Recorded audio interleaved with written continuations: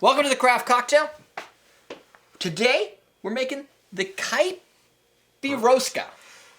Like the Caipirinha, Close. only it's not going to have rum. It's going to have vodka instead. Instead of cachaça, it'll have vodka. Kind of like rum. Huh. Both almost impossible to spell. I apologize, but I didn't create it. This recipe is going to be a half a lime quartered, as you can see here, right there. Then you're going to take about 15 milliliters, a half ounce of white granulated sugar. Sugar is in weight, so figure it out, I guess. I don't know. 2 ounces of vodka is going to be what's going to be poured on top of it. You're going to add, so what you're going to do is you're going to put your lime quarters in, as Ian has done.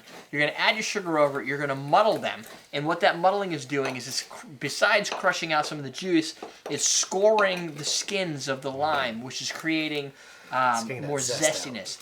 One of the things you want to do ahead of time, which I've done on most of my limes in advance, is to just clean them off a little bit, because there's a thin layer of wax that they put on them to make them last fresher at the store. Unless you pick them from your own tree. If you have your own tree, then I envy you probably haven't waxed them. You don't need. You probably haven't waxed them. You don't have to unwax them. So that's going to give you your zestiness. It's going to give you your lime, because there's really nothing else. Then, before Ian does that, he's going to add crushed ice, and then he's going to add his vodka. Yes, I agree with myself on that one. You're going to add the crushed ice. You're going to pour the vodka over the crushed ice. If you have to add additional crushed ice to it, or you want to, you can. This is going to rapidly chill your vodka to the right temperature. The vodka is going to rapidly dilute your crushed ice, which is going to get you the right dilution ratio. It's all pure science, done for you in a glass. The nice thing about crushed ice and chilling is there's so much surface area to crushed ice, because it's crushed. This is true. That you are rapidly chilling and diluting at the same time with all those little ice chunks. Oh yeah, it dilutes quick. You want to give it a quick stir just to kick that sugar up. This is not going to be an extremely sweet cocktail, even though it's got the sugar in there.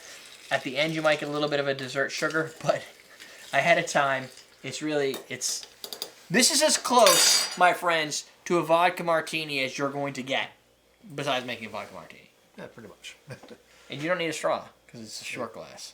Low ball. Great Low stuff. ball. All right, ready?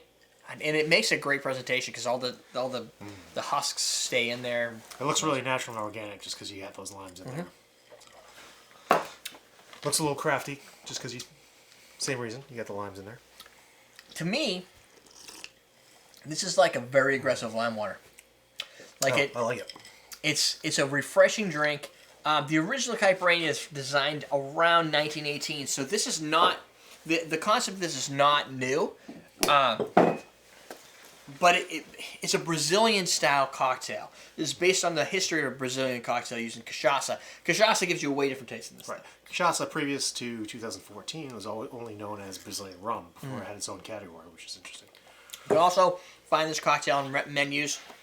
It's called the Caipivodka. So the Caipiroska. It makes sense, I guess. You take Caipirinha and you put vodka in there.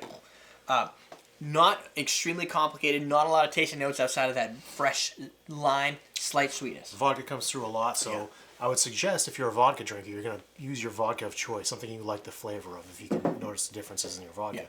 We use Russian Standard. It's a Platinum edition. Platinum edition. I don't even know what the platinum. It's probably got more distillation time to it or something like that.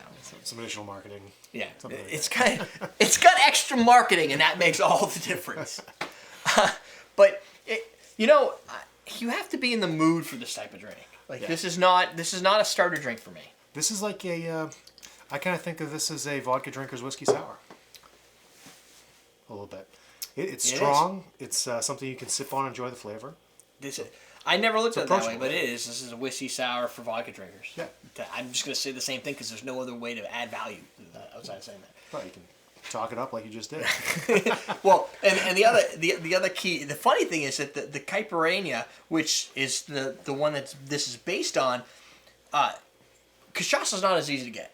It's accessibility wise, even in Brazilian areas around that. I mean, we can get it in New Hampshire, but we have a very limited selection of cachaça, and there's a wide variety of cachaças out there. And this specific drink is more popular, not more popular, it doesn't really, I think Caipirinha is like a very popular drink, but this specific vodka alternative is very popular in a broad sense around the world because it's something that most people can make. Vodka is easy to get. Sugar is easy to get. Limes are easy to get. It's an accessible cocktail. And making vodka is one of the most basic core standards that everybody has to go through at some point in time. It's usually the bill payer of spirits for distillers. Exactly. So everybody's going to have it. You're going to have it. Makes this drink easy to make.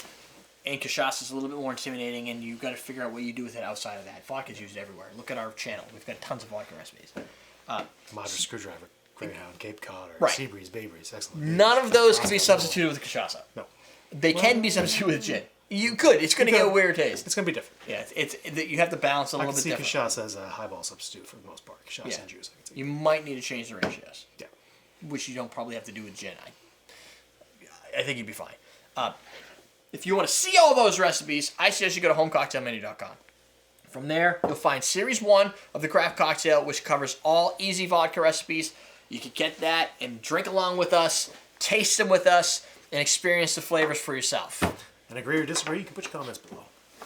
Write your comments below. It's a great idea. I'm glad we're like 9 recipes in and we finally mentioned that. That's what you get. That's how we suggest you make the Caipiroska.